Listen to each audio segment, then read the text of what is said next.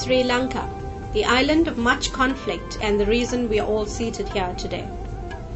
When the British took over the island in 1796, there were two distinct kingdoms, one Sinhalese and the other Tamil.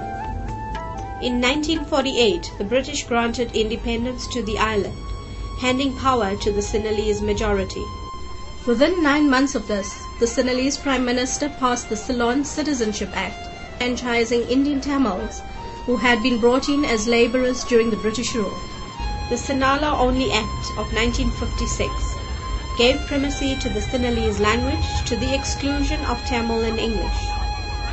After having given notice to the government, Selvanayagam and his followers protested peacefully against this act.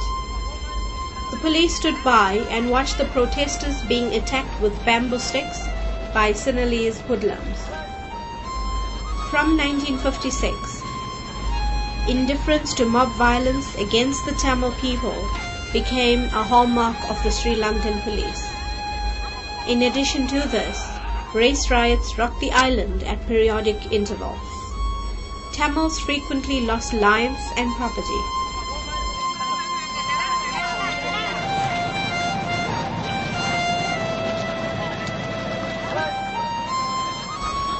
The Tamil areas were secluded and still are from all economic, social, cultural and educational development projects. By introducing a system of standardization, Tamil students were denied prospects of higher education. They had to obtain higher marks than that of their Sinhalese counterparts to be considered for entry into university. Selvanayagam held talks with Bandaranaike in 1957 and entered into what was known as the BC Pact.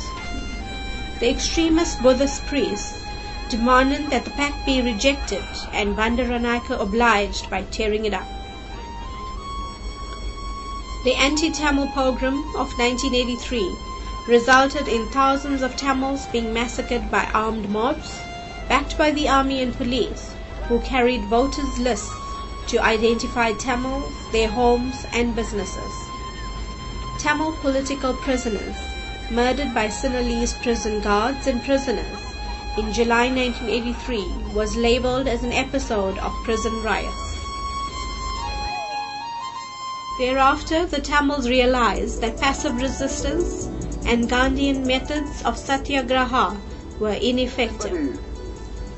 சகல அடக்குமுறைகளையும் உடைத்தறிந்த ஒரு சமதர்ம சோசியலிச தமிழமாகத்தான் மலரும். அதுவரை நாம் ஒருபோதும் நமது போராட்டத்தை கைவிடப் போவதில்லை.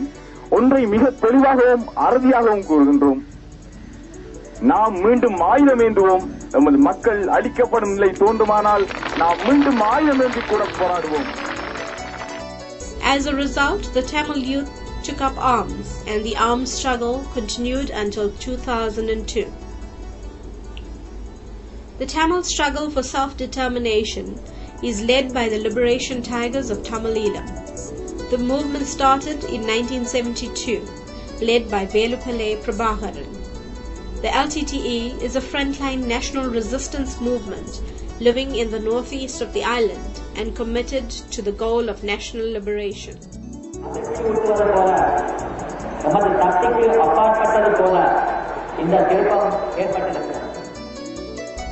Recently, it has shown a willingness to enter into settlement by negotiated means. The armed struggle of the liberation movement is a continuation of the mandate granted by popular vote in the general election of 1977. On the road, and there was at least 2 victims, a lady and a child. Both were blown up by landmines being used as a sort of a... United Nations, you cannot do what the Sri Lankan forces are doing. The Sinhalese government itself has even signed some of the accords from the Red Cross and from Geneva. In July, we had the church at Kamari bombed, with over 100 people killed who were sheltering in the church and many others injured. The liberation movement, in its preference for peaceful settlement, has participated in several rounds of talks with the government from 1985 onwards. Today, talks are taking place with international mediation. The government continues to employ its traditional methods of intransigence and foot dragging. In spite of the present talks, killings of prominent Tamil persons, journalists and LTTE leaders are going on apace. The government and its armed forces disclaim any responsibility.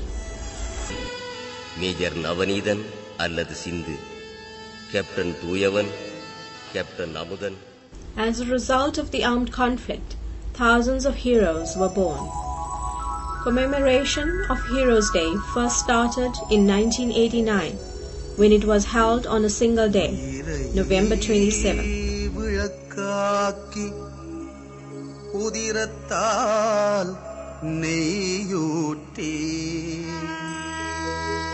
உணர்வோடு விடுதலையை உயர்வாக வளர்த்தவரே,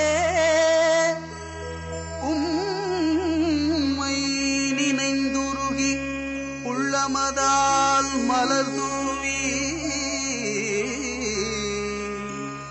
நீர் உறங்கும் இந்த கல்லறை மேல் உறுதி செய்கின்றோம். நீர் உறங்கும் இந்த கல்லறை மேல். This is the day that the first Tamil fighter, Sankar, gave his life in 1982 for the freedom of the Tamil Eelam nation. Maveerar Now, that is, Heroes Day, is held by Tamil Eelam and Tamil people all over the world to pay tribute to the Tamil freedom fighters.